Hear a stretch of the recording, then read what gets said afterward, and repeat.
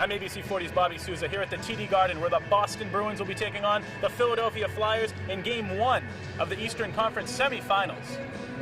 All right, Jack. Just talk about how big of a series this is. I mean, growing up, we were talking to some of the Bruins, and Shawn Thornton kind of gave me a wise guy answer when I asked him about the history. He said he was 2 years old. He didn't really see much of it. So you've seen some of the history. Talk about how big of a series this is for the Boston Bruins. Well, I think that if you go back and you look at what each of these teams' fan bases wants from those teams, you'll see what we're expecting in this series, which is a lot of hard effort. You know, the kind of play that guys can't play for 82 games during the regular season. You see flashes of it, but now that one team or the other is going to go home, now that one team has the sense in its head that there are 7 or fewer games to go in the season, there's no reason to hold anything back. You might as well just empty it out, and if you get injuries, play through them, because you got all summer long to get better. Both of these teams have fan bases that insist on full octane, heavy hitting styles of play, and that's what we should look forward to for 5, 6, or 7 games, I think. All right, and talking about Marc Savard coming back, today's the big game. I mean, this place is loud enough without Marc Savard, but him coming back today, what type of ovation do you expect to see from him and the fans reacting to that? I think the fans are going to react to Savard extraordinarily warmly. I think that the Bruins have got to keep their heads on a swivel to make sure that somebody from Philly doesn't say, what the heck, I'm just going to run him and see what happens. I'm pretty sure that Claude Julien has been around long enough to understand he's got to keep a policeman nearby when Savard is on the ice. I'd be surprised to see Savard on the ice in an even strength situation when either Chara or Lucic is not on the ice to run shotgun for him. Because, frankly, if you're on Philadelphia's side, why wouldn't you try it? Why wouldn't you just knock him in the head and see what happens? If you're Aaron Asham or Darryl Powell or Daniel Carcillo or even Scott Hartnell, why not run him and see what happens? And exactly. And talking to Shawn Thornton before the game, he still didn't know if he was going to be cut. It's going to be a game time decision. If he is a healthy scratch, and and Marc Savard does replace him, do you think Lucic and Chara, are they going to have an extra chip on their shoulder to say, you know what I mean, to carry the physical load? I think one of the themes that's going to emerge quickly in this series is composure and decision-making. When it's time to go, when it's time to enforce, when it's time to take that penalty or risk taking that penalty, because if you cost your team a power play goal scored against you, that could tip the scales in that game. Every time you tip the scales in a game, you run the risk of tipping the scales in a series. The greatest thing about playoff hockey is you never know what the most important moment, the most important shift of a series is going to be. It could be right now, and that's why you can never take your eye off the puck. All right, my last question for you. Talking about the home ice advantage, talking to the players today, talking about how unique the 6th seed into the second round, getting home ice advantage. I mean, that's not something anyone could see coming. If you told me that or told you yourself that, you wouldn't have believed it. But seeing it now, first question was, were you rooting for Montreal that night to beat Washington, and how weird of a feeling was that? And if so, talk about how unique of a situation it was. Well, there was one year that I believe in the Western Conference, 5, 6, 7, and 8 made it through the first round, which just illustrates that in playoff hockey it's different from the 82-game grind. Often teams that have to work really, really hard in the last 3 weeks of a season are playing better than the top seeds who have clinched spots way before the playoffs begin. Yeah, I thought it would be great if Montreal won the game. I was amazed that they were able to hang on because they were just chipping the puck out of their zone, not even attempting to make plays out of their own zone.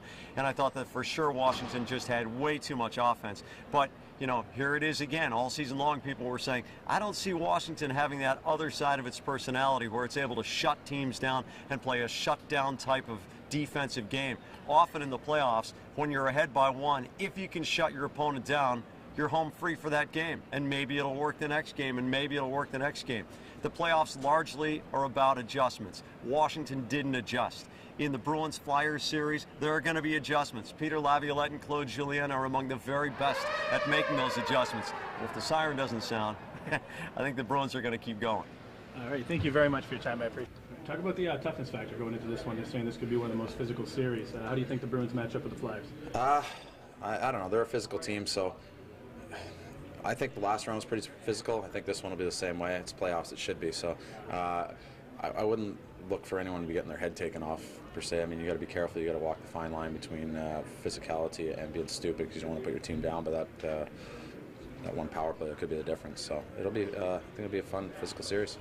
Talk about the history, too. It's been 30 years since these teams last met in the playoffs. Obviously, growing up, I'm sure you've seen a couple of the the games and they show all the old highlights? Yeah, I was 2 when they met, so I didn't watch too many games at that age. The history's great. I wasn't a huge hockey watcher per se growing up, so I don't know. I hear more about it now than I did growing up. But I like the highlights. It's fun to watch. I mean, obviously, the big bad Bruins and the Broad Street Bullies. It's a big history, and I'm glad you guys have something fun to write about.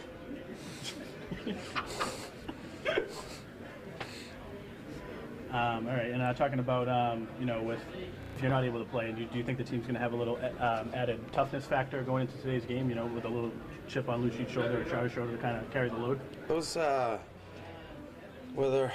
don't know what's happening, so I really don't want to comment either way. But those guys are big, strong guys that have played an important role for us for the whole 3 years that I've been here, and I don't think that'll change.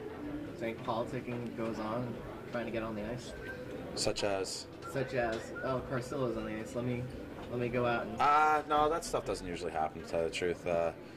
We have home ice right now, so we get last change, but it's playoffs. It's not about settling scores or anything like that. It's just about doing your job and showing up to win. Talk about the home ice advantage, too. It's kind of a unique situation. You guys would have home ice, in the second round. Being the 6th seed, yeah. You don't see that too often. I'm happy we're starting at home. Hopefully we can take advantage of it and come out with a big couple games. Is it difficult for a guy like you who had 21 fighting majors during the year to kind of alter your game a little bit this time of year when you want to be physical, but at the same time you don't want to make a mistake that'll... I'm not altering my game. I don't... you can look at it. I think I took 4 minors all year, so I take care of business when it needs to be taken care of, but I'll still play physical with a chip on my shoulder. I don't do stupid things anyway, so it's never been a problem for my game. Speaking about toughness factor, I understand this could be one of the toughest series for you guys, one of the most physical series in the playoffs. How do you think you guys match up with Philadelphia? I think we match up pretty good. We got a lot of guys that bang bodies as well as them. So we just gotta use it against them and come out with a win. John, can you talk about the difference between the AHL playoffs, which you had plenty of experience in, and this first round? It's probably a lot slower than up here, and it's not as physical.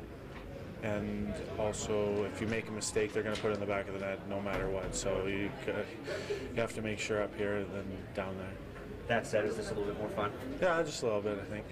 Talk about the home ice advantage. I mean, it's kind of odd that you guys were on the road in the first series, and now you guys come home. You guys have home ice advantage. Is that a little different? Yeah, especially when we're rated how we were, and you don't expect to get home ice advantage, and then all of a sudden we get the second round, we get home ice advantage. It's kind of different, but we'll take it, especially with our fans, how great they've been. What's been the key? I mean, you guys are undefeated at home, and as is Philadelphia undefeated at home. So, I mean, what do you think's been the key for you guys? I think just using the energy the fans give us, it helps out tremendously when you hear them before the game and during the game when you're down maybe a goal or two and they're still with you, cheering for you. It helps out tremendously. John, you see a lot of similarities between Zadino and Pronger for them? Yeah, they both like to shoot the puck. They both like to bang bodies, and they're both our leaders. So, they're kind of like the same player. Hopefully, we have the better one tonight. Do you have a plan on how to attack Pronger? No, I personally don't, because I'm a defenseman, so not really. Talk about the lift that Mark Savard has, being back in the lineup today. I mean, what's it like in the locker room right now? Well, he settles the locker room down quite a bit, and he's a great power play guy, and he can make passes that I could never dream about making. So help out tremendously. Okay, so talk about the home ice advantage. I mean, kind of a unique situation for you guys. Do you guys think you guys would have home ice in this situation? No, hopefully it turns out to be a home ice. It didn't work out too much for Buffalo. So we've been playing well so far at home, and we want to keep it that way. All right. And I'll talk about the history, a little bit about the history. I mean, Philadelphia, you guys haven't played them in over 30 years in the playoffs. And growing up, you've probably seen the history. Talk about what it's like to be involved now that the game's only a couple hours away. Well, I've always noticed that Boston and Philly are big rivals, and to be a part of it is definitely something special throughout the whole year when I was here. So, I think, it's just two big, tough teams. So I'm definitely looking forward to this afternoon's game.